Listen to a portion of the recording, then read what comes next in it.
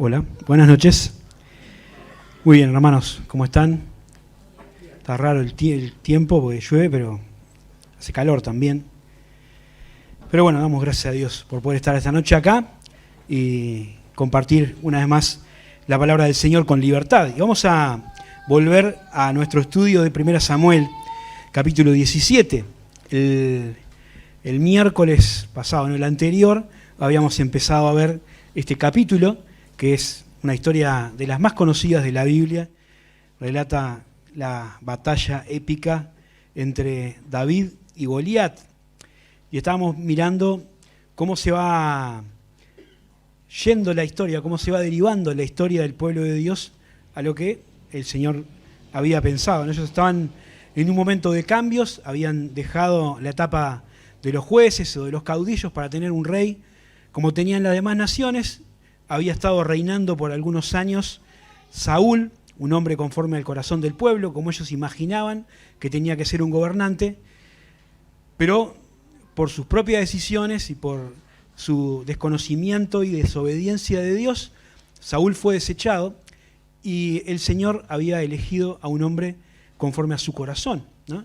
Y este era David, que ya había sido ungido como rey en secreto, pero que poco a poco se empieza a manifestar de manera pública, ¿no? Y al final del capítulo 16 vemos cómo en un giro ahí de la historia, David termina tocando su arpa, creo, su instrumento, en el palacio de Saúl. Y cuando a Saúl le atacaba esa diaraza que le daba, ¿no? Y se ponía medio loco, estaba ahí David para tocar y apaciguarlo, ¿no? Y se genera una relación entre ellos. Pero, como vimos, después de eso, David volvió a su casa a seguir trabajando en lo que él hacía, que era cuidar las ovejas de su familia. El capítulo 17 empieza contándonos una nueva guerra o combate entre los israelitas y los filisteos, y vimos ya la presentación del enemigo, ¿no? Del villano de la historia, que es Goliat, aquel hombre tremendo, 3 metros de altura, experto en combate, con una armadura que daba miedo. Y después se nos empieza a presentar a David, ¿no? Que era la antítesis, porque David era un adolescente, era un pastor, no tenía experiencia tanto en el combate, ¿no? A pesar de que él nos va a contar que sí había tenido algunos enfrentamientos, y que llega al lugar de la batalla medio por casualidad, entre comillas, porque había ido cumpliendo un pedido de su padre para ver cómo estaban sus hermanos mayores que estaban ya formando parte del ejército y llevarles algo de comer. Y ahí, en ese momento crucial de la historia, como vimos el otro miércoles, David escucha lo que Goliat decía, ¿no? Dice que por 40 días se levantaba Goliat, salía de entre las filas y desafiaba a los israelitas. Y decía, bueno, que venga uno para pelear, y si ganan ustedes, nosotros les servimos, y si yo gano, ustedes nos sirven. Pero el ejército de Israel estaba chato porque no había nadie que se atreviera a enfrentarse con aquel tipo, ¿no? Y eso pasó 40 días hasta que un día, dice el versículo 23, las escuchó David. Y David dijo, ¿cómo puede ser, ¿no? que este filisteo incircunciso trate así a los escuadrones del Dios viviente, ¿no? Y empezó a hablar ahí con los soldados y le empezaron a decir, sí, el rey ha ofrecido un montón de premios para aquel que se anime a combatir, ¿no? Le va a dar la mano de su esposa, le va a exonerar de impuestos, le va a hacer un hombre rico, pero nadie quería. Y vimos la presentación de David. Y nos queda ver la segunda parte, que empieza el combate, ¿no? Pero yo quería dividir esta parte en dos, porque antes del enfrentamiento en sí de David contra Goliat, ¿no? La historia que todos conocemos de la canción, con la onda, David tiene otro combate. Antes de enfrentar a Goliat en el campo de batalla, David tuvo que vencer otros enemigos que no son tan visibles, pero que eran igualmente amenazantes, ¿no? Y estoy hablando acerca de los prejuicios, ¿no? De los prejuicios que las personas tenían contra él. Y vamos a leer hoy desde el versículo 20 hasta el 47, y vamos a encontrar ahí 3 prejuicios que la gente tenía contra David. El prejuicio de su hermano Eliab, ¿no? sobre el corazón de David. el prejuicio de Saúl sobre las capacidades de David y el prejuicio de Goliat, ¿no?, sobre el carácter o la persona, la propia persona de David. Así que vamos a leer el texto y después vamos a ir tratando de sacar algunas enseñanzas para nosotros, porque me interesa ver no solo los prejuicios que también podemos tenerlos nosotros, sino la forma en que David los enfrentó y cómo salió victorioso de esa primera amenaza. Versículo 20 del capítulo 17. Vamos a empezar desde el 24, porque creo que ya habíamos visto toda esa parte. Dice, y todos los varones de Israel que veían a aquel hombre, está hablando de Goliat, huían de su presencia y tenían gran temor. Y cada uno de los de Israel decía, ¿no habéis visto a aquel hombre que ha salido? Él se adelanta para provocar a Israel, y al que venciere, el rey le enriquecerá con grandes riquezas y le dará su hija y eximirá de tributos a la casa de su padre en Israel. Entonces habló David a los que estaban junto a él diciendo, ¿qué harán al hombre que venciera a este filisteo y quitar el oprobio de Israel? Porque ¿quién es este filisteo incircunciso para que provoque a los escuadrones del Dios viviente? Y el pueblo respondió las mismas palabras, diciendo, así se hará al hombre que le venciere. Y oyéndole hablar Eliab, su hermano mayor, con aquellos hombres, se encendió en ira contra David y le dijo, ¿para qué has descendido acá? ¿Y a quién has dejado aquellas pocas ovejas en el desierto? Yo conozco la soberbia de tu corazón, la soberbia y la malicia de tu corazón, que para ver la batalla has venido. Y David respondió, ¿qué he hecho yo? ¿No es esto mero hablar? Y apartándose de él hacia otros, preguntó de la misma manera y le dio el pueblo la misma respuesta que antes. Fueron oídas las palabras que David había dicho y se las refirieron delante de Saúl. Y él lo hizo venir. Y dijo David a Saúl, no desmaye el corazón de ninguno a causa de él. Tu siervo irá y peleará contra este filisteo. Y dijo Saúl a David, no podrás tú ir contra aquel filisteo para pelear con él, porque tú eres muchacho y él es un hombre de guerra desde su juventud. Y David respondió a Saúl, tu siervo era pastor de ovejas de su padre. Y cuando venía un león o un oso y tomaba algún cordero de la manada, salía yo tras él y lo hería y lo libraba de su boca. Y si se levantaba contra mí, yo echaba mano de la quijada y lo hería y lo mataba. Fuese león, fuese oso, tu siervo lo mataba. Y este filisteo incircunciso será como uno de ellos, porque ha provocado al ejército del Dios viviente. Añadió David, Jehová, que me ha librado de las garras del león y de las garras del oso, él también me librará de la mano de este filisteo. Y dijo Saúl a David, ve y Jehová esté contigo. Y Saúl vistió a David con sus ropas y puso sobre su cabeza un casco de bronce y le armó de coraza. Y ciñó David su espada sobre sus vestidos y probó a andar, porque nunca había hecho la prueba. Y dijo David a Saúl, yo no puedo andar con esto, porque nunca lo practiqué. Y David echó de sí aquellas cosas. Y tomó su cayado en su mano y escogió 5 piedras lisas del arroyo y las puso en el saco pastoril y en el zurrón en que traía. Y tomó su honda en la mano y se fue hacia el filisteo. Y el filisteo venía andando, acercándose a David, y su escudero delante de él. Y cuando el filisteo miró y vio a David, le tuvo en poco, porque era muchacho y rubio y de hermoso parecer. Y dijo el filisteo a David, ¿soy un perro para que vengas a mí con palos? Y maldijo a David por sus dioses. Dijo luego el filisteo a David, ven a mí y daré tu carne a las aves del cielo y a las bestias del campo. Entonces David dijo al filisteo, tú vienes a mí con espada y lanza y jabalina, mas yo vengo a ti en el nombre de Jehová de los ejércitos, el Dios de los escuadrones de Israel, a quien tú has provocado. Y Jehová te entregará hoy en mi mano, y yo te venceré, y te cortaré la cabeza, y daré tu cuerpo a los... Ahí está, a las bestias de la tierra, y toda la tierra sabrá que hay Dios en Israel. Y sabrá toda esta congregación que Jehová nos salva con espada y con lanza, porque de Jehová es la batalla, y Él os entregará en nuestras manos. Casi que ni hacía falta leer la historia, porque seguramente todos la conocemos bien, pero hay algunas cosas que me gustaría enfatizar. El otro día decíamos, este combate entre David y Goliat nos hace pensar en nuestras propias luchas y lo que tenemos que hacer cuando a veces hay en nuestra vida situaciones problemáticas, pecados, tentaciones, cosas que a veces parecen invencibles, pero que de la mano del Señor podemos y debemos enfrentar. Y tener la victoria, no por nuestra calidad, nuestra destreza, ni por la experiencia, sino porque el Señor está con nosotros. Eso lo vemos siempre en el relato de David. Él no confiaba en lo que él era capaz de hacer, sino en lo que Dios era capaz de hacer con él. Y yo les decía que hay 3 prejuicios que David enfrentó. Un prejuicio, como la palabra lo dice, es una opinión previa que se tiene sobre alguna persona o sobre alguna situación.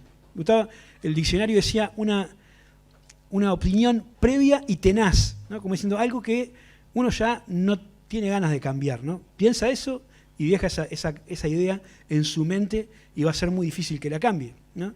Sabemos perfectamente lo que es un prejuicio, algo que no está basado en los hechos ni en la evidencia, sino en algo que nosotros pensamos que es, ¿no? Ideas preconcebidas. Y vimos acá el primero de los prejuicios, es el de su propio hermano, ¿no? Eliab, el hermano mayor de David, que cuando escuchó que David había venido, estaba hablando con ellos, los había visto, les había saludado, seguramente había traído los saludos de su padre y todo lo demás, pero cuando David se empezó a interesar por lo que estaba pasando y cuando escuchó que Goliat dijo aquel desafío y estaba en eso, dice que a Eliab le saltó la térmica y le dijo: ¿qué estás haciendo acá? ¿No? ¿Para qué viniste?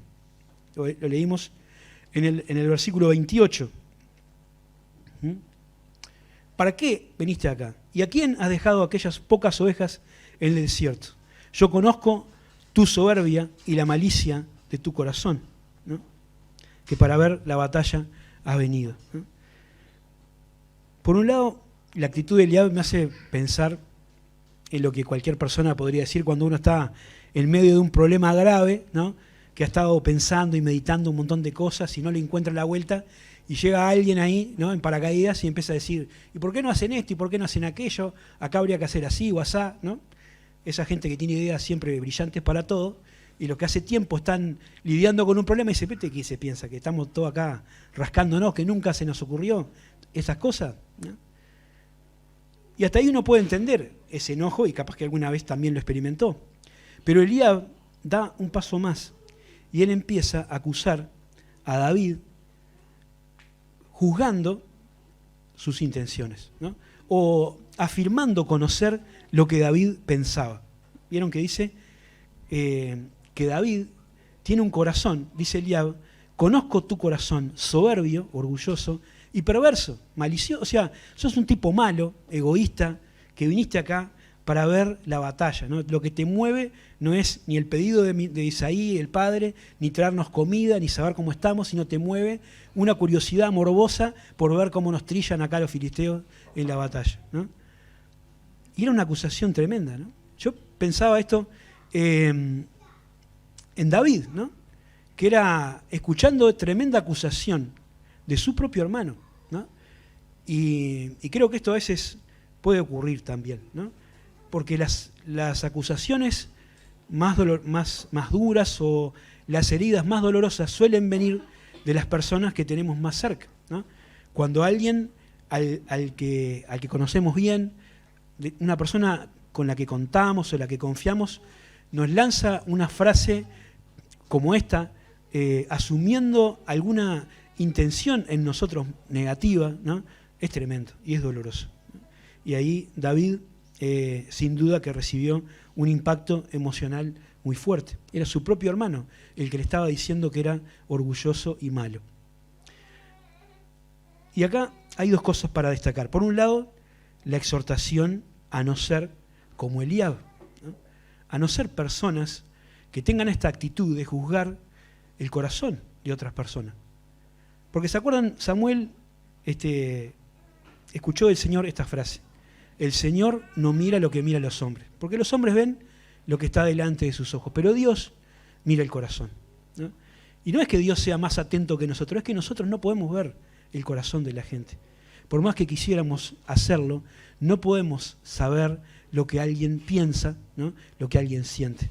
Lo podemos especular, podemos asumir, Pero cuando nosotros hacemos un juicio de valor sobre las intenciones de otra persona, estamos actuando mal, ¿no?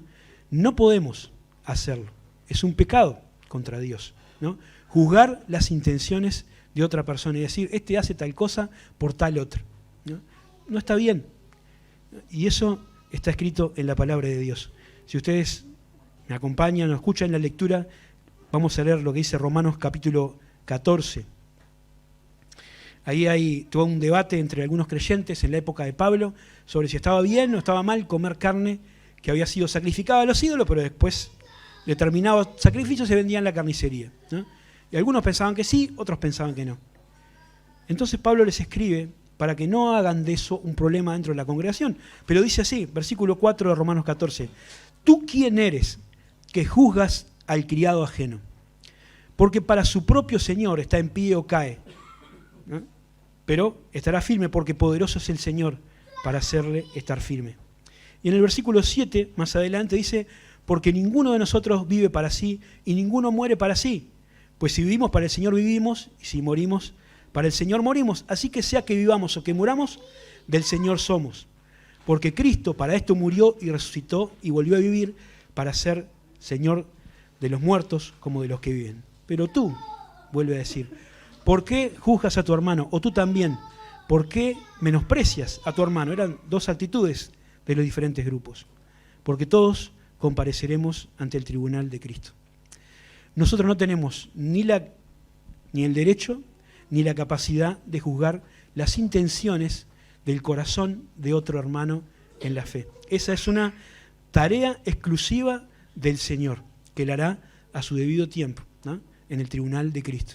Esto no quiere decir que no se juzgue nada en la iglesia, ¿no? Porque hay situaciones puntuales donde hay hermanos capacitados en el liderazgo de la iglesia, donde tienen que juzgar, no intenciones, sino hechos, ¿no? Para establecer una disciplina, por ejemplo. Pero acá no está hablando de eso, está hablando acá de asumir las intenciones o las razones por las que alguien hace determinada cosa, ¿no? Y no solamente pensarlo, sino también decirlo, ¿no?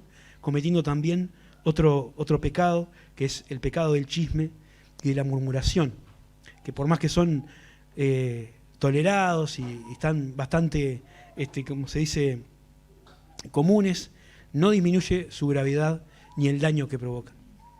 Dice la Escritura que nosotros tenemos que dejar eso en las manos del Señor.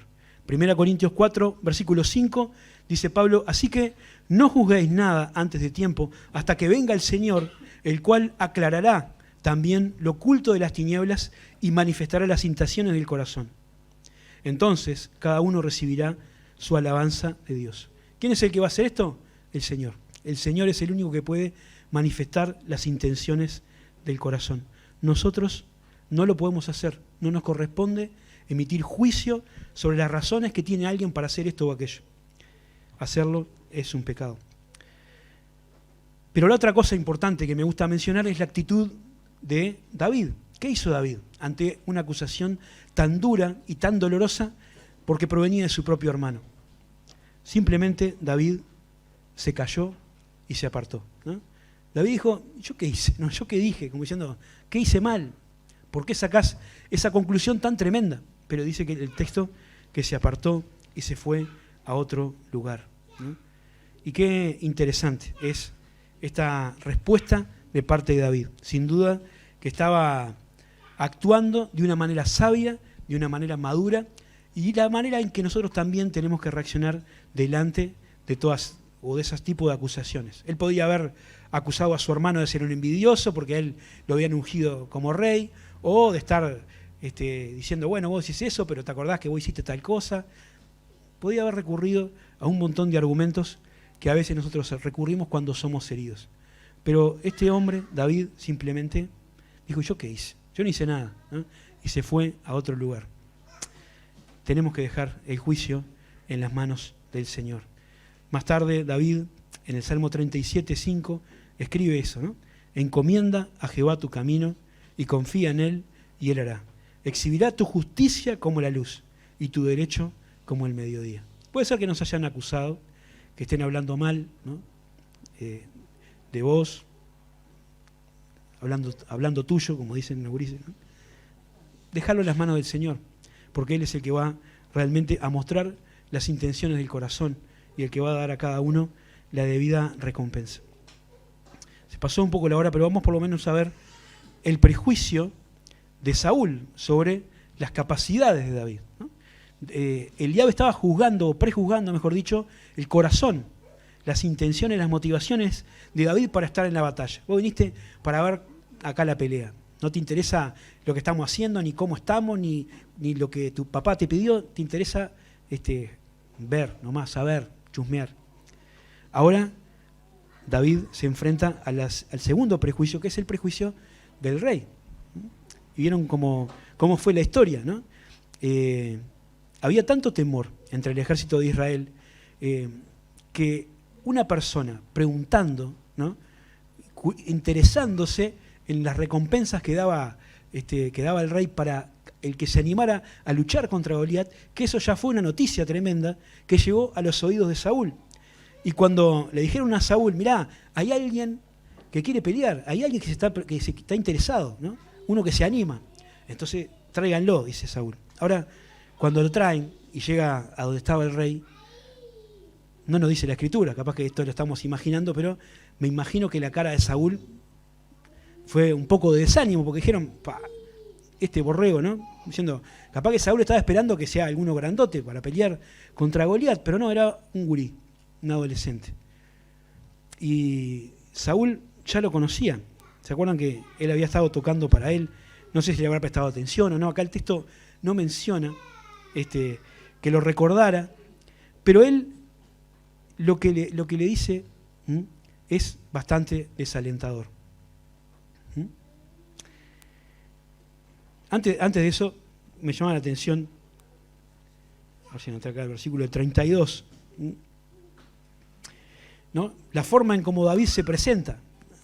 Viene ante el rey, el gurí, y le dice, no desmaye el corazón de ninguno a causa de él, del gigante, tu siervo irá y peleará contra este filisteo, ¿no? Capaz que nadie pensaba que él fuera capaz de hacer eso, ¿no? Pero David sabía, y voy a decir, yo voy a ir y voy a pelear, no se preocupen, ¿eh? Como que está invertido el rol, ¿no? En vez de ser el rey, el grandote, el que arenga las tropas, el que anima a los soldados, no, viene a animar al rey, porque él sí es capaz o tiene el deseo, la visión de enfrentarse con el gigante. Y las palabras de Saúl, ¿no? Dice, vos no podés. ¿No? Vos no podés. No podés porque él es un guerrero desde su juventud y vos sos un gurí. Las palabras de Saúl tienen toda la lógica del mundo, ¿no? Porque realmente era así, ¿no? Uno miraba a Goliat, ¿no? Que era un guerrero famoso de la época, miraba el tamaño de Goliat, las armas de Goliat, y después miraba a David y decía, imposible, ¿no? Es una verdadera misión imposible. Capaz que hasta Saúl estaba pensando en proteger a David para que no le hagan papilla. Por eso decía, mirá, vos no vayas. Pero el juicio que tenía Saúl estaba, o el prejuicio, ¿no? Porque no, estaba basado en el conocimiento que él tenía de David, ¿no? Que era un conocimiento parcial, bastante precario. ¿Qué conocía Saúl de David? ¿No? Sabía que era hijo de Isaí y sabía que tocaba bien, ¿no? Y me parece que no sabía más nada.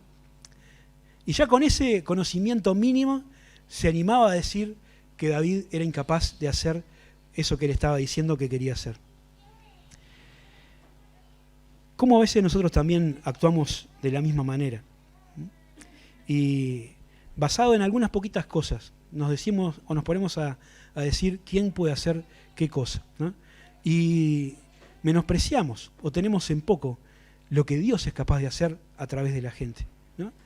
Con los dones que Dios nos da, con la inteligencia que Dios nos da, no sé, Dios hace cosas a través de gente que a veces no pensamos que sea capaz de hacerlo, ¿no?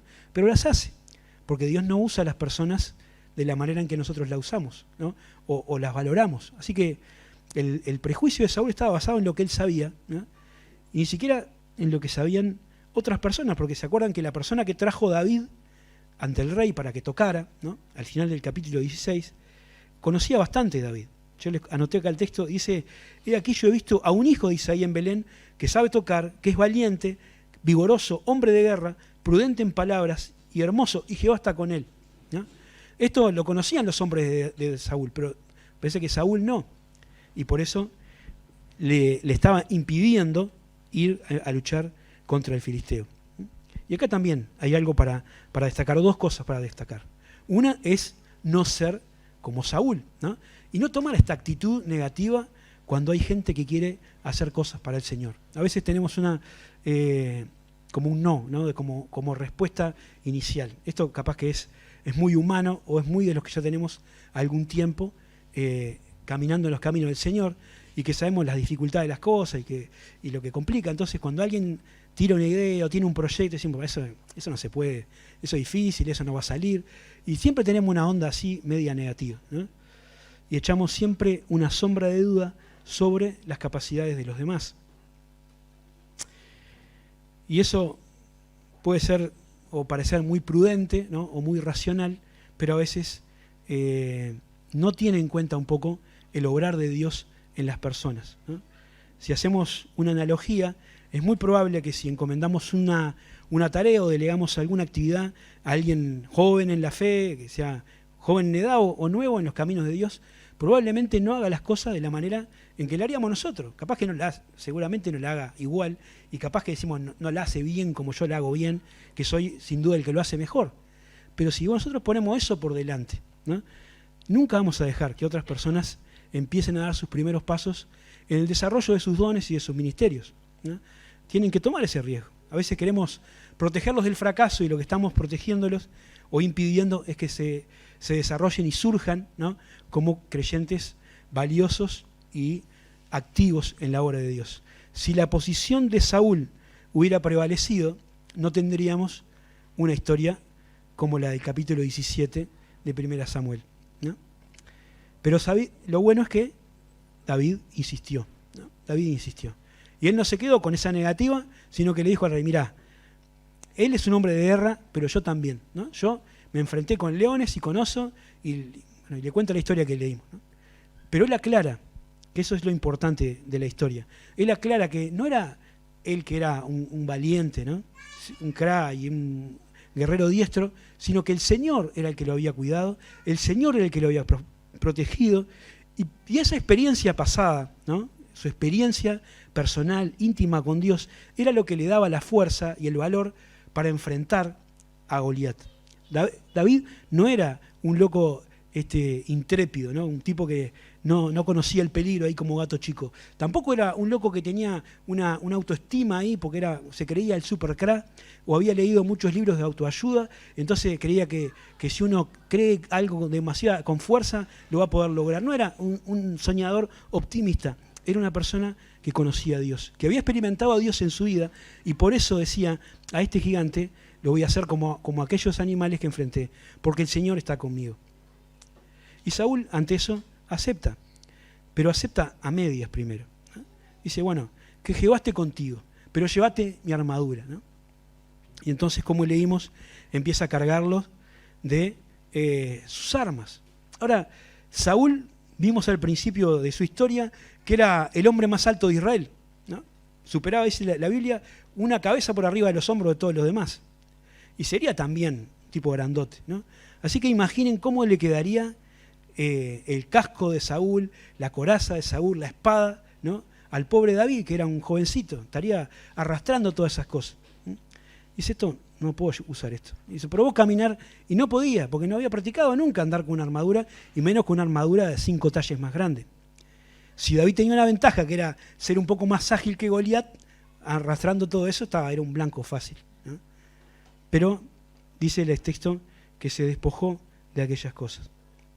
Y yo pensaba que es bueno que nosotros orientemos a los creyentes nuevos o a los que nacen a la fe en su conocimiento de Dios, ¿no? Guiarlos a tener una relación personal con el Señor. Pero que tenemos que tener cuidado de no encajonarlos en determinadas estructuras que a veces funcionan para nosotros, pero de repente no es la forma en que Dios va a tratar con ellos, ¿no? No cargar sobre las personas cargas de religiosidad que a veces ni siquiera nosotros estamos dispuestos a mover. Los fariseos hacían eso. Decían, ustedes le ponen a la gente cargas que ni ustedes no están dispuestos a llevar. Pero le dicen a la gente hay que hacer esto, hay que hacer esto, hay que hacer esto, hay que hacer esto. Y la gente se agobia con todos esos mandamientos y no se preocupa por hacer lo que Dios quiere, que no es tanto ritual, sino misericordia, ¿no? Y verdad. Saúl no estaba dispuesto a llevar su propia armadura en el combate, pero quería que la llevara el pobre David. Pero David supo afirmarse en el Señor, fortalecerse en Él, y fue con lo que él manejaba, con las cosas que Dios le había dado a él, ¿no? Y eso es lo que nosotros también tenemos que hacer. A veces frente a los prejuicios de capacidad tratamos de hacer como hacen otros y de copiar a otros, y después sale mal, porque no somos los otros, somos nosotros. Tenemos nuestros dones, nuestras capacidades y nuestra manera de relacionarnos con Dios. Y David se refugió en eso, ¿no? Fue al río, agarró 5 piedras, agarró su honda, agarró su báculo, ¿no? El bastón del que se burló Goliat, y con eso se fue a enfrentar al enemigo.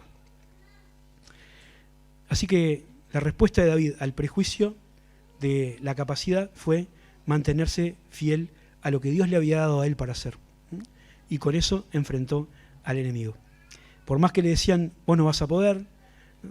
Él fue para adelante. Así dijo Jehová, dice Jeremías 9:23, no se alabe el sabio en su sabiduría, ni el valiente se alabe en su valentía, ni el rico se alabe en sus riquezas, mas alabes en esto el que se hubiera de alabar, en entenderme y conocerme, que yo soy Jehová, que hago misericordia, justicia y juicio en la tierra, porque esas cosas quiero, dice Jehová, ¿no? Vamos a ver la próxima cómo también tuvo que enfrentar un prejuicio de Goliat, ¿no? Porque cuando Goliat lo vio, se empezó a burlar, ¿no? Le hizo bullying ahí a David. Y vamos a ver eso y cómo terminó la historia, pero ya se nos pasó la hora.